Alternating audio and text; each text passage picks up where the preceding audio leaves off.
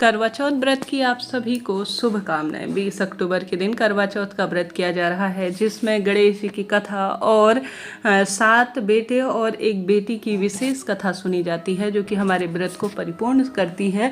वही आप सभी श्रवण करें। आरंभ करते हैं। सबसे पहले जिस स्थान पर भी आप पूजा करें, या तो सुबह कथा सुनी जाती है कई भक्तजनों के यहाँ, कई भक्तजन शाम को सुनते हैं।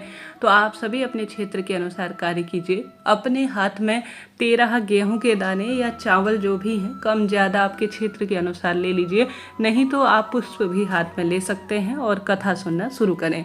ध्यान रहे परिपूर्ण होने चाहिए, टूटे फूटे खंडित न हो। तो आप सभी मेरे साथ आरंभ करें। ओम श्री गणेशाय नमः, श्री शिवाय नमस्तुभ्यं, ओम नमो भगवते वासुदेवाय।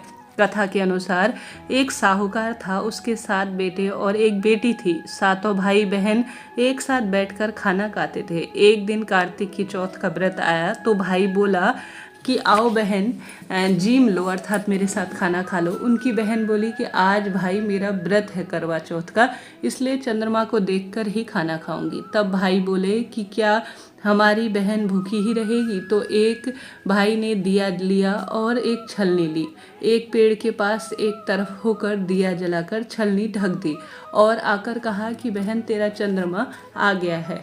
तो वह भाभियों से बोली आओ भाभी हम सभी अर्घ दे देते हैं। तभी भाभियाँ बोली कि बहन जी तुम्हारा चाँद अभी निकला नहीं है, हमारा चाँद तो रात को निकलेगा। तो उसने अकेले ही चंद्रमा को अर्घ दे दिया, भाइयों के साथ खाना खाने के लिए बैठ गई। पहली गस्सी में बाल आ गया, अर्थात पहले गास में बाल आया, दूसरे में पत्थर निकला, तीसरे गास में ससुराल से बुलावा आया कि जमाई बहुत बहुत बीमार हैं, जल्दी आ जाओ। तब माँ बोली कि साड़ी पहनकर ससुराल चली जा और सोने का जो है टका पल्ले पर बांध दिया और कहा कि रास्ते में कोई भी मिले तो उनके पैरों को छूते हुए जाना और उनका आशीर्वाद लेते हुए जाना। जब लोग रास्ते में मिले और यही आशीर्वाद देते कि ठंडी हो, सब्र करने वाली हो, 7 भाइयों की बहन हो, तेरे भाइयों को सुख दे, परंतु किसी ने भी सुहाग का आशीर्वाद नहीं दिया। ससुराल में पहुंचते ही दरवाजे पर छोटी नंद खड़ी थी, तो उसके पैर छुए तो नंद ने कहा सील हो, सपूती हो, 7 पुत्रों की माँ हो, तेरे भाई को सुख मिले। यह बात सुनकर उसने जो सोने का टीका माने दिया था वह खोल दिया। अंदर गई तो सासू ने कहा कि ऊपर मुंडेर में जा, वहाँ जाकर बैठ जा। जब वह ऊपर गई तो उसका पति मरा हुआ था, तो वह रोने चिल्लाने लगी। उसकी सास जो है दासियों से कहती है वह ऊपर पड़ी है, उसको बंधी हुई रोटी दे आओ। इस प्रकार माघ की तिलचौथ आई और बोली कि करवे ले और करवे को ले, भाइयों की प्यारी करवे ले लो, दिन में चाँद उगाने वाली करवे ले लो, ज़्यादा भूख वाली करवे ले लो। तब वह चौथ माता को देखकर बोली कि तूने मेरे को उजाड़ा है, तू ही मुझे सुधारेगी, मेरे को सुहाग देना पड़ेगा। तब चौथ माता ने कहा कि पौष माता आएगी, वह मेरे से बड़ी है, वही तेरे को सुहाग देगी। इस प्रकार पौष माता भी आकर चली गई।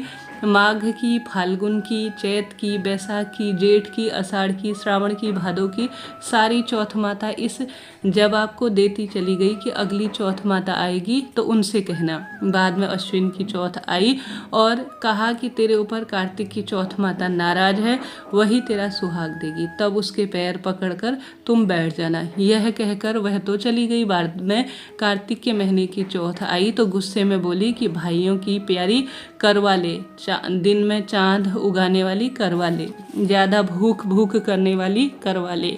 तब सुहागिन की बेटी साहूकार की बेटी पैर पकड़कर बैठ गई और रोने लगी, हाथ जोड़कर बोली हे चौथ माता, मेरा सुहाग तेरे हाथ में है, तेरे को देना ही पड़ेगा। चौथ माता बोली छोड़ पापनी हत्यारिनी, मेरे पैर क्यों पकड़ रही है? जब वह बोली कि मेरे से बिगड़ी थी तब तुम ही सुधारोगी, मेरे को सुहाग तुम्हें ही देना पड़ेगा, रो रो के इस तरह से वह कहने लगी। तो चौथ माता उसके इस तरह से रोने और पूर्ण रूप से उसकी भक्ति से प्रसन्न हुई। चौथ माता खुश हुई और आँखों में काजल निकाला, नाखूनों में से मेहंदी, मांग में से सिंदूर और चीतली अंगूठी का छींटा दे दिया। उसका पति उठकर बैठ गया और बोला कि बहुत सोया। तो अब वह बोली, कहा अब क्यों सोना है, मेरे को तो 12 महीने हो गए, मेरे को तो कार्तिक की चौथ ने सुहाग दिया है। तो वह बोला कि चौथ माता का उज्जमन करो। तो उन्होंने चौथ माता की कहानी सुनी, खूब सारा चूरमा बनाया। दोनों पति पत्नी जीम कर चौपड़ खेलने लगे। नीचे से सासू जी ने रोटी भेजी तो दासी ने आकर कहा कि वह तो चौपड़ खेल रहे हैं। सास देखकर खुश हो गई और देखकर बोली कि क्या बात हुई। तो बहू ने बोली, मेरी चौथ माता टूटी है, अर्थात मेरा चौथ व्रत मुझसे छूट गया था। और यह कहकर वह सासू जी के पैर छूने लगी और सारी नगरी में ढिढोरा पिटवा दिया कि सबको चौथ का व्रत करना चाहिए। 13 चौथ करना है, नहीं तो 4 करना, नहीं तो 2 चौथ सबको करना है। हे चौथ माता, जैसा साहूकार की बेटी को सौभाग्य दिया, पति की लंबी उम्र दी, वैसा सभी को देना, मेरे को भी देना। कहानी सुनने वाले और सुनाने वाले सभी परिवारों को अखंड सौभाग्य देना। इस तरह से यह हमारे क्षेत्र में चौथ माता की कहानी आज के दिन सुनी जाती है। अब इसके साथ ही गणेश जी की कथा सुने बिना आज चतुर्थी व्रत अधूरा है। तो गणेश जी की कथा सुन लेते हैं। कथा के अनुसार एक अंधी बुढ़िया माई थी। इनके एक बेटा और बहू था। वह बहुत गरीब थी। वह हमेशा गणेश जी की पूजा किया करती थी। तो एक दिन गणेश जी कहते हैं कि बुढ़िया माई कुछ मांग ले, नहीं तो अपने बेटे वह बोली, नहीं मैं अपने बेटी बहू से पूछ कर जो है मांगूंगी। तब वह गणेश जी महाराज अंदर ध्यान हो गए और वह जो है अपने बेटे बहू से पूछती है। तब बेटे ने कहा, माँ धन दौलत मांग ले ताकि पूरा परिवार चले। और बहू बोली कि सासू जी पोता मांग ले, वंश आगे बढ़ेगा। तो बुढ़िया माई ने सोचा कि यह दोनों तो अपने अपने मतलब की चीज़ मांग रहे हैं। सो पड़ोसन से जाकर कहा कि मुझे क्या मांगना चाहिए। विनायक जी ने कहा है कुछ तब पड़ोसन बोली, तो कुछ मांगने की बजाय बहू तो तेरे से कहेगी कि तू पोता मांग ले, बेटा तो कह रहा है कि धन मांग ले। तब पड़ोसन ने कहा उसकी भलाई के लिए कि तू क्या धन काम करेगी, तू क्या पोते का करेगी, तू तो थोड़े से ही जिएगी, अपने शरीर के लिए निरोगी काया और अपनी आँखें मांग ले। तो उसने अपने पड़ोसन की बात जो है सुनी और घर जाकर बोली, ऐसा क्या मांगूं जिससे बहू बेटा भी खुश हो जाए, जीवन भी चल निकले और मेरा शरीर भी ठीक रहे। दूसरे दिन गणेश जी महाराज आए और बोले, बुढ़िया माई तूने क्या सोचा, क्या मांगना चाहती है।